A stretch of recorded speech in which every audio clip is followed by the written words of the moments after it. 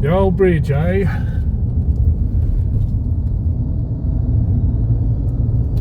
It's been a landmark in this area forever. We're going to miss the old bridge. As you can see, it's quite dangerous over there now. You used to be able to get access to it down here under the creek. What's it called? It's called Tenterfield Creek.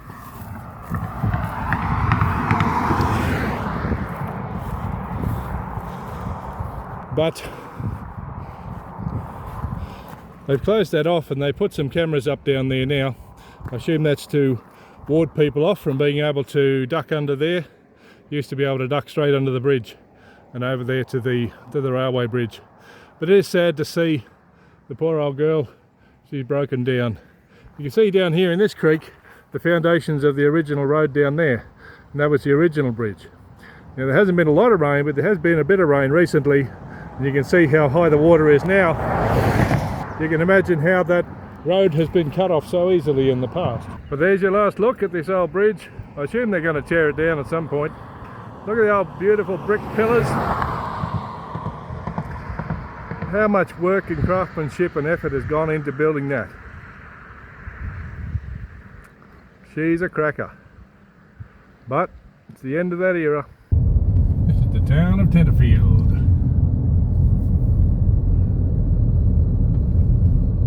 We're gearing up for their autumn festival, which will be in another weekend or 2 or 3 or something, but we won't be coming up this time. We've got other plans.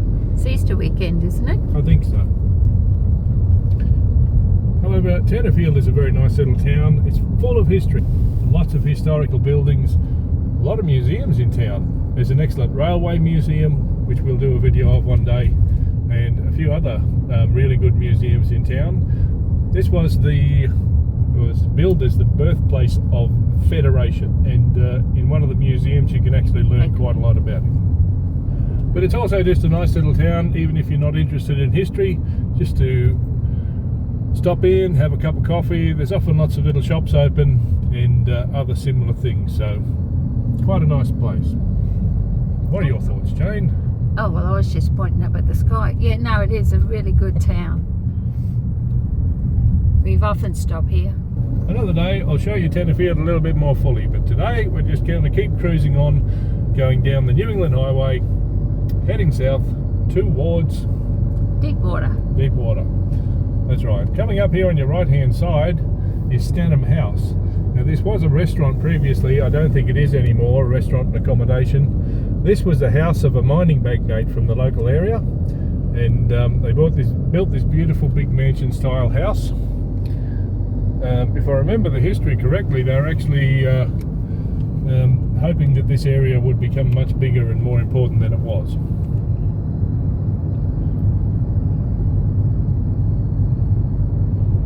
Town with some beautiful gardens. The town's always really well presented. They look after this place. They take a lot of pride in the place, and it's really nice. Yeah, this one over here is beautiful. It is. They've just done it all up. That was Tenterfield. That was Tenterfield. Thanks, Jayne. There's some beautiful hills in this countryside. It's a lovely area just to go for a drive. You get some really nice views open up with the distant mountains. We're crossing over the Bluff River just here. So there is a reserve at Bluff River further to our right, but we can't go there. It's surrounded completely by private property and there's no actual access to it. I just really always enjoy this stretch of the road, this bit of a drive through here. There's some really nice trees, really nice hills, and it just changes as you go. And right now, after a bit of rain, everything's looking really fresh and green. It's beautiful. Up in front of us is Mount Bolivia in the distance. So this area was settled by some folks from South America originally, and there's some stories around that we'll delve into a little bit more deeply. And you'll see quite a few place names around here, such as Bolivia and Peru and some of those type of things.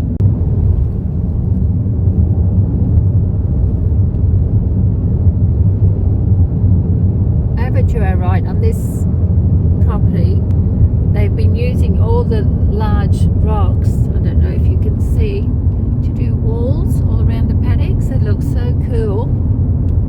It would take so much time and effort.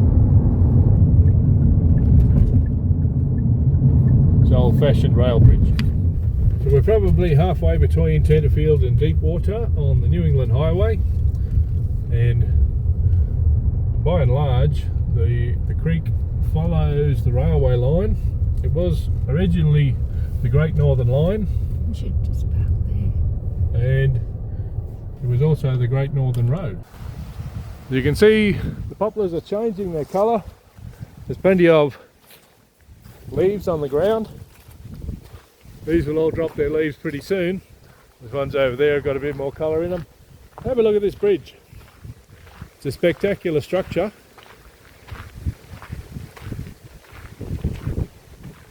It warns us that it's a collapsing structure, but not to stop underneath. So take note of that. Have a look at this big old trestle bridge. See if we can billy goat our way up the side here.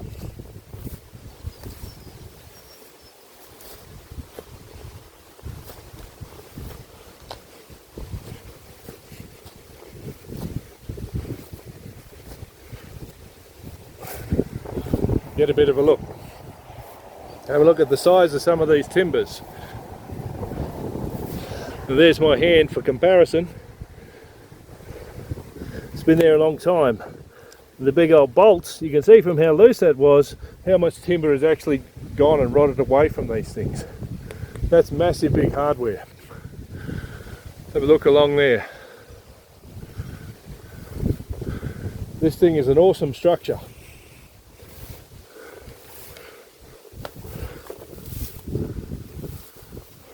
Some concrete slabs that the timbers sit on at this end. Some numbers on that. NSS 0290. So that's a 90-pound line.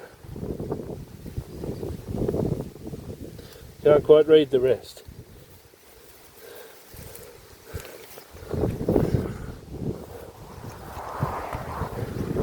So you can have a look down there. You can see why they've mentioned that this is collapsing. I'm certainly not going to walk across it. You can see that the sleepers here have got no support under them. They're only being held on by those railway spikes. The supporting timbers underneath have completely rotted away. That's what you can see down in that hole. They're gone.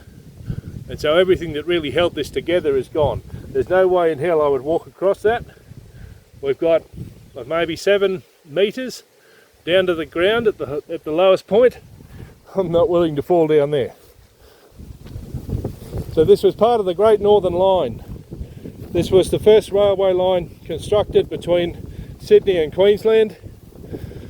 This stretch, I think, as far as Glen Innes, was completed up by about 1884, and then this stretch through to Tenterfield was then completed by about 1886, and then the interchange we had a look at before was completed by 1887. So by 1887 you could get on the train in Sydney and travel through to Brisbane. Pretty spectacular. And what a game changer that would have been for people back in those days, to be able to just get on a train and travel. The only other methods they had was up and down the coast in ships, which was fine if you were only going from coastal destination to coastal destination, but if you actually wanted to go to an inland destination, then it was horses or walking. So this would have made such a big difference. Have a look at the size of some of these timbers. I've just got to find a good way down to here without breaking me full neck. Have a look at that timber. That's massive.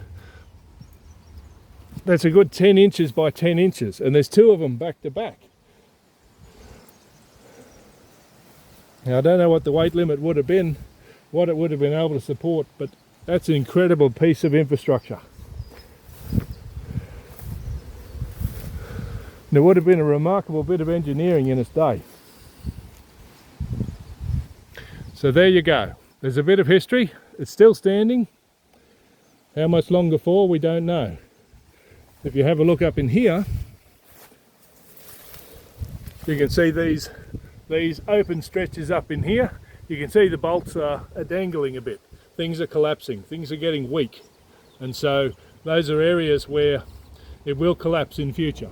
Just like the one we just saw north of Tenterfield, this one will definitely collapse at some point.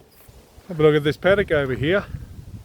It is chock-a-block full of these purple flowers. Here's the bridge from underneath.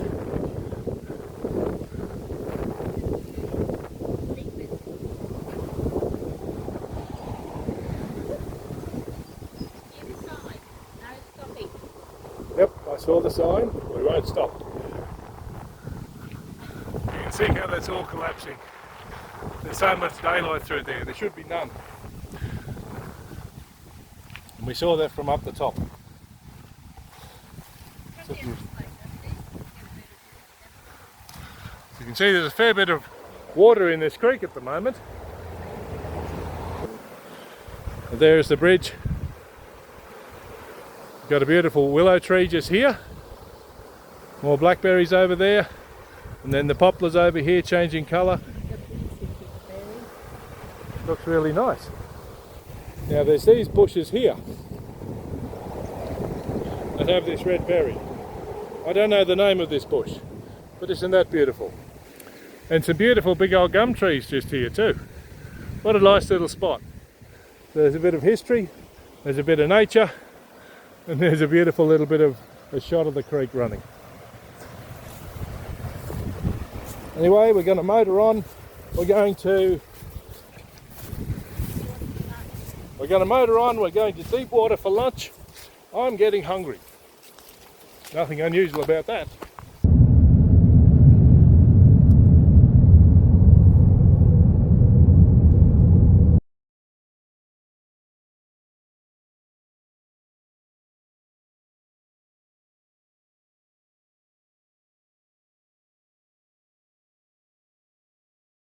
Deepwater itself is just another little farming town.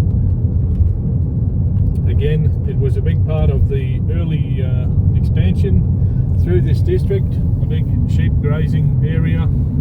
You would have had something to do with the mines too, wouldn't it? Around here they would have had people come. Yeah, absolutely. So all there the was mining and that. mining to the west of us, tin mines and a few other elements. Gold mining too, wasn't Bit there? of gold mining for a while, and definitely some of those towns a little bit east of here, Stanham and Emmerville and Torrington, those places were the centre of the mining, but this would have been quite a close little centre for those.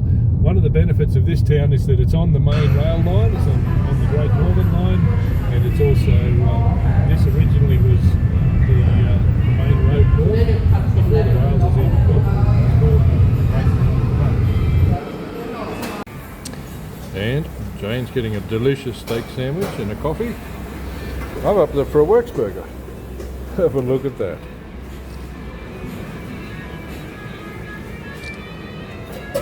Righto, we've had our lunch. And I don't know about you, Jayne, but I'm fed up. Oh, Justin. So, Yes, it was lovely. that's the end of our trip for today. Thank you very much for joining us. We've really enjoyed having your company. We'll be off to have some more adventures, but we'll catch up with you another time. So, Yep. Thanks for watching. And see you on the next one. Thanks a lot. Bye-bye. Bye-bye. Look, here are some blackberries. There's nothing ripe at the moment. All these nice red ones. So we'll turn black soon. Somebody will get a feed.